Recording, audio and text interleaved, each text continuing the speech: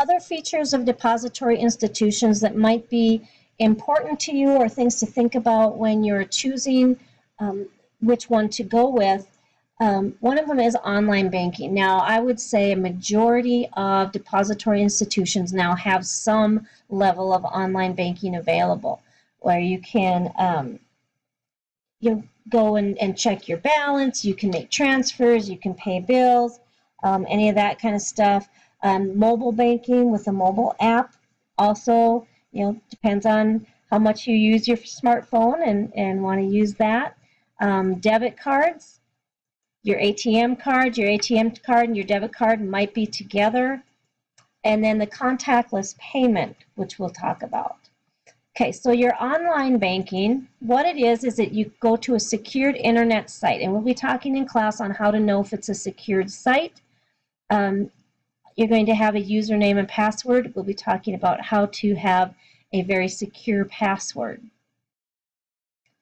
You can get that information any place you go. If you have Wi-Fi, you can get that information, but make sure that you're on a secured wireless network.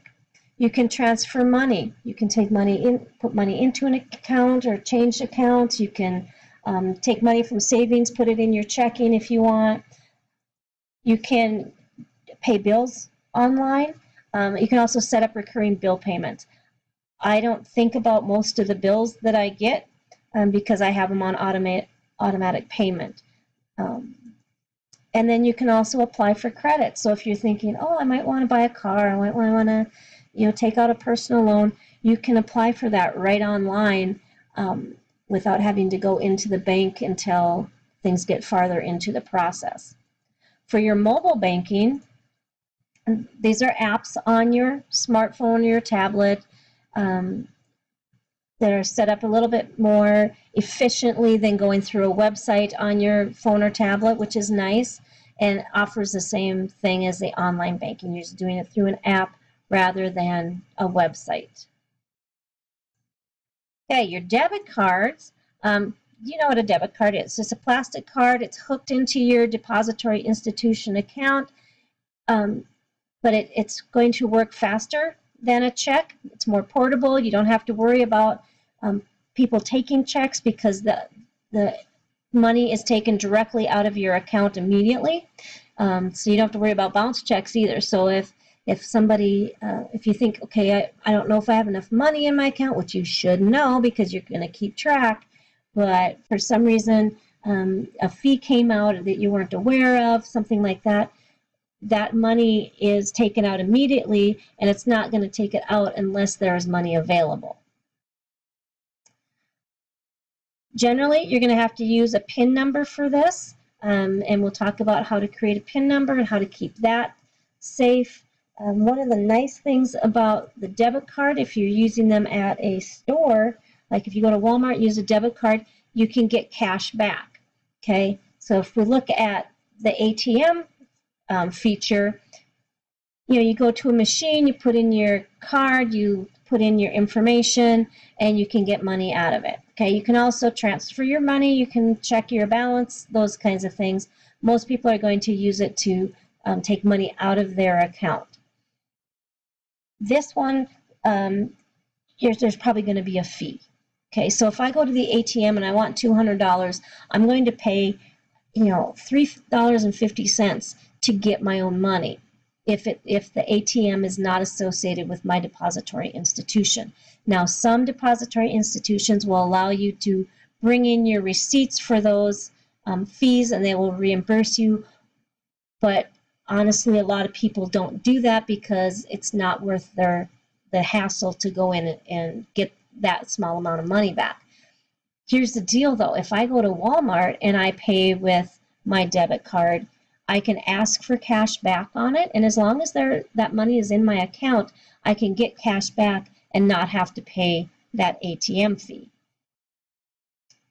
Then we have the contactless payment, and this is becoming a little bit more popular. There's no physical connection between the device and the point of sale.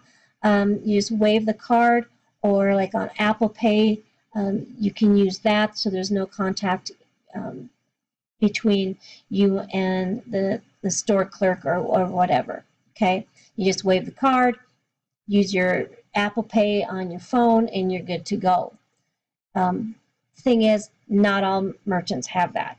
You're not going to be able to use your Apple Pay or just wave your card at every store. So if you're counting on using Apple Pay to get things, you need to really make sure that it's available where you're going, or you might be surprised.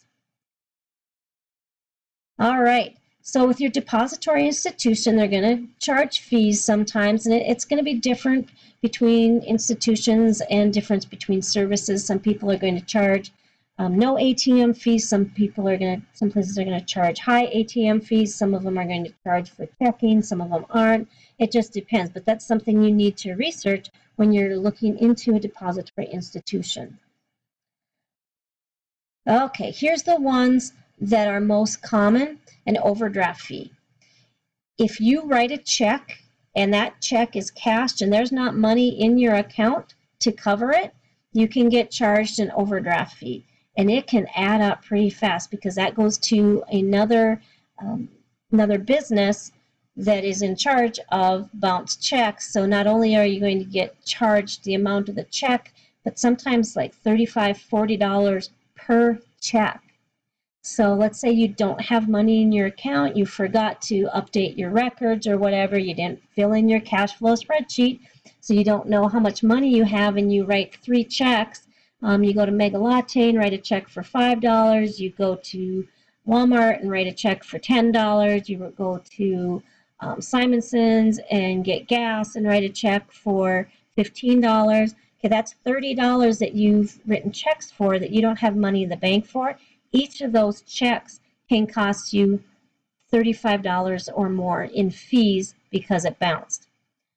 Now, what you can do is have a backup savings account, and a lot of banks or depository institutions will offer this, where I have money in my savings account, so it's earning higher interest, and if for some reason I miss that my checking account is getting low and I write a check or something like that, and it bounces, or it's going to bounce, it won't actually bounce. It'll just automatically take that money out of my savings account and move it into my checking account. Now, some depository institutions will just transfer the exact amount. Other ones will do a minimum like of $100 at a time. Okay, and then there's those ATM fees. To avoid those, try to find ATMs that are associated with your depository institution, and they should be able to tell you where those are located around town. And some of them are going to have a minimum account balance fee, especially ones that charge higher interest. If you have a checking account or something like that has a little higher interest, they might charge you a fee if you go below the minimum balance. So what do? You research it. Know what fees are going to be charged when you choose your depository institution. Don't just, oh, well, I'll think about it later, because you don't want to get stuck in a situation where you're using those services and you're going to be charged fees where if you went to a different institution, you wouldn't be charged them. For most of them, they're going to be avoidable just by managing your account responsibly, making sure that your records are up to date so you know how much money is in your account at all times. We'll be talking a little bit more about that when we get into actually managing the checking accounts. So, how do you choose? Look at the goals that you have. Do I want to earn a lot of interest? Do I need convenience? All those things. And then think about, okay, what fees are going to be charged? What type is it? Is it important to me to be at a credit union, or is it important for me to be at a bank? Where are the locations? Is it convenient for me? Is it going to meet the needs that I have? Are they insured or not? What services do they offer beyond just the basics that I might need? What are their interest rates? Again, you're not going to make a lot of money putting your money into savings accounts, but some of the other types of accounts, you can make some interest there. So if that's important to you, it's definitely something to look at. Also look at if you're going to get a credit account like a loan, how much interest you're going to get charged. And then what features are there? Do I really need mobile banking? If I need it, I need to go somewhere where they offer it. Do I need that ATM card? Do I need financial advice? Look at what your personal needs are for your money and then make your decision accordingly. All right, I am giving you $5,000. You have to put it in a depository institution of your choosing. You need to think about what are the 5 things that you would want to know, or 5 things that are important to you when you're choosing a depository institution to put that money into. You need to have the answers ready by class time on Tuesday. Okay, we'll be looking at that on Tuesday, so make sure you have that ready.